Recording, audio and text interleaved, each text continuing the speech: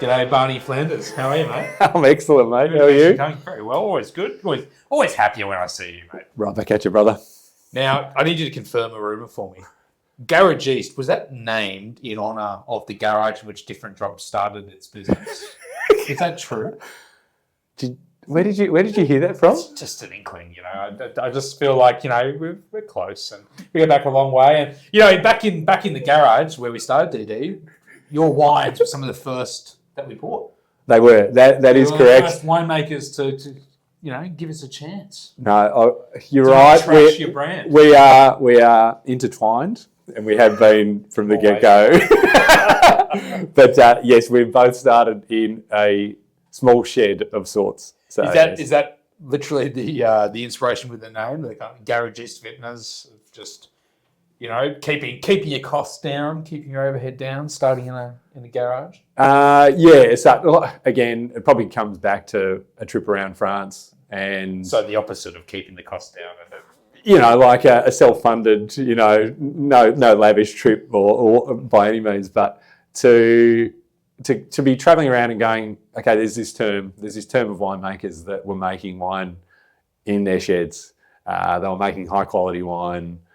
Very small production, and I went, yeah, that probably rings true. That'd be kind of cool. Were you already making wine at that stage? Yeah, and it was kind of, I think when you're looking, again, I probably didn't want to start a winery under my own name, as much as you would like to joke about my surname as well. Maison Barney. So that wasn't going to come to pass, but so there was something about Garagiste that came, and I went, nah, that all the story behind it. And two, if you wanted to have your car serviced, you weren't coming to me, but you were going to the Garagiste to get your car fixed. Has anyone ever suggested that it might be a bit pretentious to your brand? I'm not suggesting that. Has anyone else ever suggested that to you? You're in the Mornington Peninsula, aren't you? Exactly. I think probably the high note is that I use all French, you know, names and terms, and I make it very difficult for people to pronounce them. So, you know, Australian winery that has French names that you can't pronounce. So you're really into making things difficult, aren't you? Because you don't have a website. No, you go to your website. It just says Barney 040. It's just got your mobile phone number on it, right? Perfect. That's all you need. Yeah. No cellar door. No. Do you feel like at some point you should go all in? It's close. We're very close. New website, 5 years in the making. You know the Shopify now. You can spin something up in an hour or so. No, exactly. But it's all the fine detail that we're working on. You know, the nuances, just like in the wines that we're just trying to get to. Just like in the wines. Yeah. Speaking of, a glass of Chardonnay, 2023, a long, cool, mild growing season. I'm told, mate. You've had 3 or 4 in a row. We have had 3. We've had 3 in a row, and then you leap over one. But we've had very small yielding years the last 3. The quality has been pretty good, and that's the quality's been amazing. That's no lie. But yeah, it's one of those things where we've been battling the elements. But yeah, we're getting there in the end. Yield's obviously been challenging, trying to get decent volumes and stuff. Yeah. But at least I think in the years that we've had, the quality has been good. And probably the 23s are a smidgen, I think, better than 22. And that's not just because these other ones are available. Wait for the 24. Yeah, they'll be even better. But no, I think, in all seriousness, because this is the first time we're going to get to it. The quality's good, yields were terrible, they were tiny, but no, that's all we're going to do. We're in it for the long haul. Long haul. Was this your 32nd vintage, I believe? Is it? Close, yeah, 20th nearly, mate. So yeah, we will be coming up. I think the 25th. So yeah, sorry, the 25 vintage will be 20 years of Garagiste. Amazing. Yeah. And I mean, obviously, a big part of that whole story has been those core vineyards that you work with. So the Chardonnays, Chardonnay, is it Merricks? Yeah, Merricks, yeah. So the premiums are Merricks. So the Merricks Vineyard, I remember visiting you a couple of years ago with Wade, and amazing site, and that's probably the baby, isn't it? You got Balnarring and Terroir. other vineyards, but Merricks is the one that's kind of more yours to manage. Yeah. It's been the home. We've farmed it for just under 20 years. It's a 28-year-old vineyard. Such a beautiful site. Yeah, and it's been, great to kind of learn over those years how the nuances of the place present themselves in different years. So with these wines, the vineyards, it's a reasonable sized vineyard. It's a Chardonnay Pinot, and then are these just a block from the side there, or is it like one of the barrel selection, or how does that work? No, so these are what I'd call probably sub-block wines, which is a bit of a wanky term, but it's rows within the block that are different. The exposure's different, so they're slanted, east or west, as opposed to the rest of the block. The soil changes, and the vines behave differently, and ultimately the fruit's different, and we're able to create these. Because you see a big jump in this from the Merrick Chardonnay, which is great as well, but just in intensity and concentration, but still has that kind of, dare I say, maritime influenced acidity and feel to it, doesn't it? It's all about the term, mate. It's called the maritime. How do you pronounce it? You can call it Terre Maritime. You can call it Terre Maritime. Depends which way you want to go.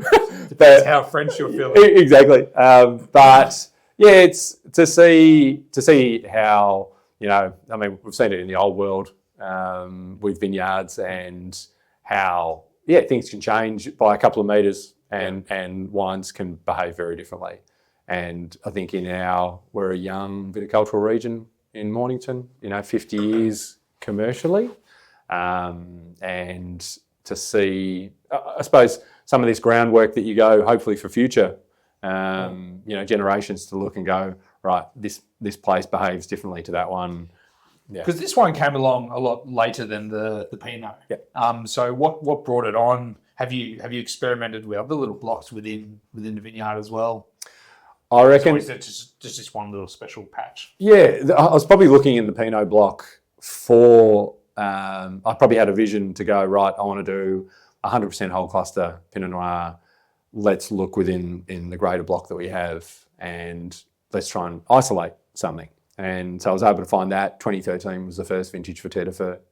And then I probably jumped over to the Chardonnay block and went, is there the equivalent here? Can I find it? Rather than forcing it and going, there should be something there. Let's see if there is something. And there kind of was. But I think that, again, is a timing situation. So you mentioned the orientation of the rows in this. The soils you said change. What's the difference between that and the rest of the? So we have north-south running rows, but there's also the slope isn't even. So in the Chardonnay, it kicks slightly to the east, so it's a little bit cooler. Is that over to the? If you go up, let's go up the hill to the left. To the right. So So not the left to the right. Yeah, to the. The Pinot. To the right. Oh, I can't remember. Depends if you're at the bottom or the top. So left, right. Is it straight ahead? I don't know. But yeah, if you were looking from the bottom of the block, Chardonnay's on the right. If you're at the bottom block of the Pinot, it's on the left. And again, that one kicks up slightly to the west. But yeah, it's one of those things. I think, as running your own business and making wine and growing grapes, that to see these subtleties is great, and it's great to be able to kind of translate it through growing the fruit then into the wine. You mentioned about running your own business. We were joking about it before, about how you and Kate have kept things pretty simple over the years. No big restaurants, cellar doors, not a huge team. You do everything yourselves, basically. Talk us through that. Are you tired? Are you sick of it? As you can, I used to have dark hair before I started my own business, and then I went completely grey really quick. And you're right, like to run your own business, whatever field it might be, but also, to be in agriculture and to deal with the vagaries of the weather and seasonality and everything like that, you go, it's bloody tough. It's something that people just don't appreciate, I think. Like, you could just, because of a hail event or lack of rain or whatever, you might have your income halved that Yeah, or have nothing. So we can have weather events, which we've had over the last 3 years, where the first couple of weeks of November have been cool and wet and cold, and effectively we've got 50% of our yield just because of that. Yeah. And you're right, you can have a heat wave, you can have a hailstorm. There's so many things that are out of your control, and you just go, that ultimately defines the direction of your business. And we're not, we're first generation kind of wine business. We're not. How do you reconcile that? Like, how do you handle that going into a new season, with young family and everything else, and you go, I don't know what this is going to bring. No. It must be incredibly stressful. No, in all honesty, you don't want to get too serious in this kind of chat, but no, it is stressful. But you go, the upside of being able to create something from the ground up, and whether you keep it lean and tight, and you go, right, this is what we're going to do. You just got to battle on. Like, there's no free kicks. There's no easy days. The easy days are this. You know, mate. We haven't even got started. So Pinot. I mean, Pinot's probably the Merrick's Pinot. Yep. And it would have been maybe the 2012, maybe 13, was the first wine that we ever bought in any kind of volume, right? So when we started, it was like, I'll just buy a case of that, or let's try and sell it first, then buy it. We didn't have any money. Reorder. And then it was that Pinot. Excuse me. And I remember going, wow, that's fucking amazing. Let's buy and it wasn't much. It was probably 5 or 6 cases. Let's go 2,000. But a couple $1,000, and I'm like, oh shit, that's a big buy, but it was so good. And the price has barely gone up since then, mate. So you're doing with all those challenges we spoke of. You're doing an amazing job to keep the value of those wines down. But this vineyard and Pinot just seem to go so well together. Yeah. And so this is the not the wine I'm talking about, but the same site, and again the block selection from there. Yep. Yes. Terre de Feu. Yeah, Terre de Feu. Terre de Feu. Does that? We could mumble Terre a de little Feu? bit more. Yeah, we can. sure. Yeah, we sound like Fish Called Wanda. Terre de Feu. But that reference may come through. We'll see. We'll see.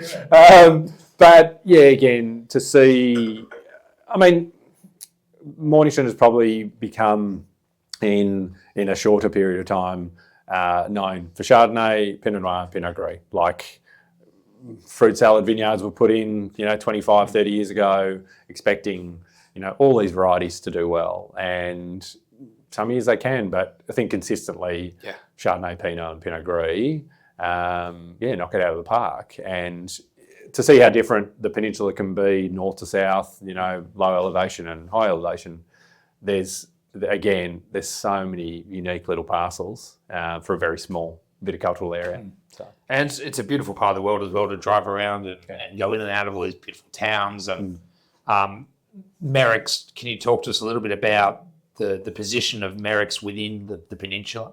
Yeah. So it sits kind of in the midpoint. Soils, I guess. Yeah. Like it sits in the midpoint. When I moved to the peninsula, I was working at Merrick Estate, and so we were working with the estate through there, which is in Merrick, so the warmer north with sandier soils.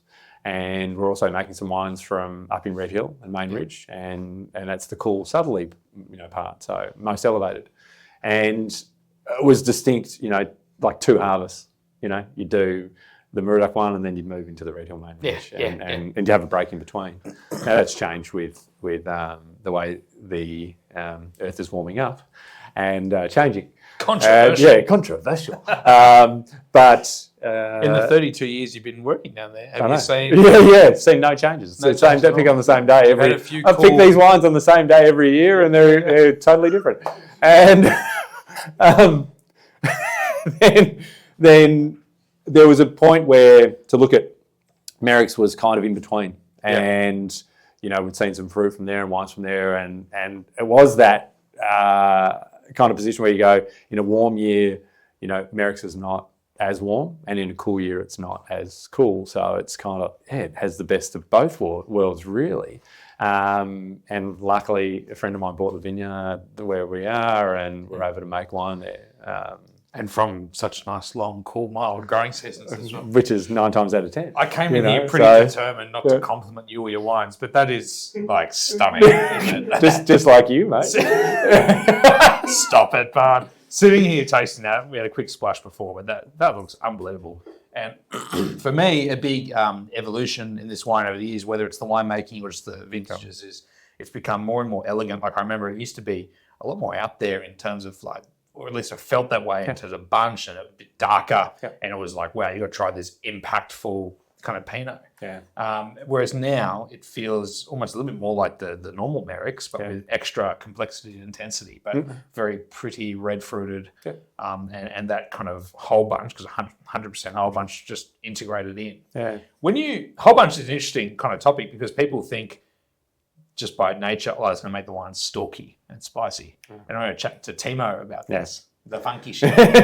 And but it doesn't if it's done well, right? Like it should just be more about the structure of the wine and the mouthfeel. Yeah, there's a lot of things that come up and people, talk about stem ripeness. And I'm not getting too geeky, but the amount of times that I get that as a question and going, how ripe are the stems? And that doesn't really come into play for me. And there will be, what we call lignification in the stems, but to a certain degree. But I'm looking at the overall vine and I'm looking at the fruit and ultimately what I want to transform that into. Now, sure, the seasons are different. So you've got cooler ones and warmer ones and fast and short and things like that. But it's how you react to that, say, in the cellar, rather than say, no, I can't do it from that year because of this. You can do it from every year. You've just got to be sympathetic once it comes into the cellar. So in a cooler year, it might be, less hands-on and a bit more gentle, whereas in the riper years and a bit more plush, you might be, you might work it a little bit more. So, and that's where I totally agree with maybe some of the earlier vintages of Terroir that, there was this harder structure, maybe a bit more powerful. And then you're right, I've probably, evolved or changed a bit. And what's that? What is that evolution? Is that in the winery or is it how you're farming the property? Both. I think, definitely farming better now than what we were, 10, 20 years ago. So, being more sympathetic to the land and... What does that look like? Give us some examples. Totally moving away from herbicides. That's number one tick. We don't use pesticides. We don't, so things that, we're trying to promote, positive flora and fauna, it's positive microbes within the vineyard rather than take them away. We cultivate soil rather than, use herbicides. We also let grasses grow and knock them down in different ways, in different years. So those things, we've seen a dramatic change in the wines. And then, you do adapt to the subsequent seasons that you have. And then, you might go, right, do I do more carbonic kind of in this wine in a cooler year? Because it feels like that in this wine. It feels, it has that soft kind of mouthfeel, that silky, velvety sort of texture. And it feels gentler. If that makes sense, but it still has power and structure. You see it there, but it just doesn't whack you in the face. No, it must be reinforcing to see all that work you're doing in the vineyard, and then you watch the wine evolve, in the winery. And you go, shit, this is pretty exciting. We've known each other long enough that I'm not going to sit here and toot my horn and go, Wade, cool. Do you prefer Barnaby? Well, Wade, I'll take it. But like I sit there and go, I'm very proud of the wines that we're able to create, and I hope other people enjoy them too. Ultimately, I want people to enjoy the wines that we make. Wine is there to be delicious. We can kind of wank on and go into all the details and about it, but you want it to be a delicious drink. And fairly priced as well. I mean, that's, I think, a real feature of your wines. They've always over-delivered for value, which I think helps just put them in people's mouths. It makes it easy for people to say, I'm going to try a bottle of this. And the fact that you're not doing all these other bells and whistles and fancy things just lets you concentrate on delivering a great product at a great price to consumers. And that builds a brand. That's got to be all round, like, from all the levels, story, farming, production, branding, all of it. So, you don't... Hard to pronounce names. Yeah, that's the tricky one. Like so, Cotier? Cotier. Cotier. Of the coast. All right, should we Coastal. go? Yeah. Bottoms up. Yeah. Quick splash of something fun. Because we've been, as you say, wanking on about the about the very serious Pinot Chardonnay. Right. Let's bring it down a level. So Cotier. So this is, I guess, where you have a bit of a play and do some different stuff. Yep. As you mentioned, Mornington, Pinot Chardonnay, Pinot Gris. They're the flagship varieties. Yep. Hey, let's just blend them all. Yeah, a bit of Shiraz. Yeah, let's go left to centre, and it's this stem back 09. So 15 years ago to kind of go. Why wasn't there kind of white wines? Why didn't I see a lot of white wines on skins or carbonically fermented white wines like red wine? Textural white wines. Mate, I remember some of those early carbonic whites. Yeah, I reckon it's a good reason. You're right. They're good. No, there'll be ones that you kind of go, ooh, that's dialed up to it. That was a Sauvignon Blanc. Yeah, mate, I already know what you're going to say before you've even said it. Because you're still offering those pallet deals? Yeah, mate. You want to? Yeah, like it's reserve stock now. Yeah. So beautifully well. But to play around, like I went right. I'm gonna take some Merrick Chardonnay and I'm gonna ferment it on carbonically on skins and bunches and see what it turns out to be. And it was kind of like, wow, this is completely different from the other parcel. Let's go down there and let's extend it to Gewürztraminer and Pinot Gris and Riesling. Let's do some Syrah. And so just very quickly, there'll be a lot of geeks watching. For those that don't know what carbonic is, just give us the very quick explanation of what that means in the winery. So essentially it's fermentation within the bunch. So putting it into a closed vessel, so away from oxygen, to be kind of fully submersed and ultimately with carbon dioxide. And you haven't broken down. No, you haven't broken down the bunches. Yeah, and the bunches, the berries within the bunch will actually ferment within themselves, so they'll consume themselves and produce carbon dioxide and alcohol and wine, but berry by berry. And so even when we do these fermentation, 2, 3, 4 weeks on skins, when we go to press it out, there'll be stuff that is not even fermented. There'll be stuff that's fully fermented, stuff that's in between. And that's just variability within one tank. And generally speaking, what do you see as a characteristic of those wines? It'll differ between the varieties too, but there'll be finer texture, there'll be fine tannin, there'll be savoury characters and spice that you may not ordinarily see in that variety if you were to make it traditionally. If there was, Pinot Gris pressed and fermented as a white wine, is very different to Pinot Gris that's fermented carbonically. It's white wine and rosé, really. And actually, the rosé version looks more like Pinot Noir in perfume and texture than it does like the white wine. So, they're the things that are really cool. And I think with certain varieties it works so well because you just get this playful kind of fruit profile to the wines as well, and it seems to just soften the structure. But it's usually used in red wines like Pinot or Gamay or Grenache or whatever. But to see it in white wines is really interesting. So, anyway, we have a red wine here. We have a red wine. So this is Shiraz, Pinot Gris. Look, there's lots of different wines in the Cotier range.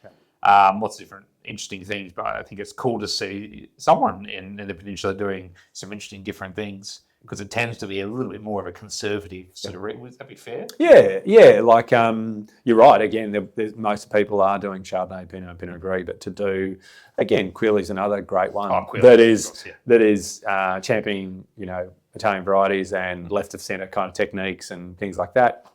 But to go to make the traditional Australian blend of Syrah, Pinot Noir, and Pinot Gris in Mornington is awesome. There should be a wine show category. It should be. And that's Shiraz Pinot Gris blend. And we'll see. Was not awarded. And this was lower than bronze, but it was delicious, so it doesn't really matter. But yeah, ultimately these wines are to be a bit more playful, but again equally as delicious. So yeah, Mate, what's coming up? More of the same? You got anything interesting in the works? Just continually refining, tweaking, tweaking, more of the surviving. same. Oh, new stuff. No, there'll be some stuff in the works which we won't talk about just yet. Some more aligote, hopefully. There'll hopefully be a little bit more aligote. The bubbles. Cuvée de Cœur will be back within the year. Ooh. That's resting on lees in Exciting. bottle. So yeah, that's a bit of fun too to play around. When's with that bubbles. from? So that'll be 21. 21. So yeah, again we look at extended skin, lees contact for that wine. But yeah, there's again to keep working hard. Make delicious wines. Enjoy yourself. Grow some grapes. Yeah, have some fun while we're doing it. Oh, mate. Well, thanks, Barney. We love it, mate. We love the wines. Obviously, big fans. Love hanging out with you. And yeah, just honestly think they provide some of the best value drinking. At every price point. Like best value doesn't mean cheap. It just means whether it's the $35 wines, the $50 wines, the $75 wines, they all over deliver. Awesome. And I think reflect the place, the season, and are just delicious. So. We love them. Well done. Thanks, man. Good fun. Thanks for having us. All right, mate. See you soon. Okay. Cheers.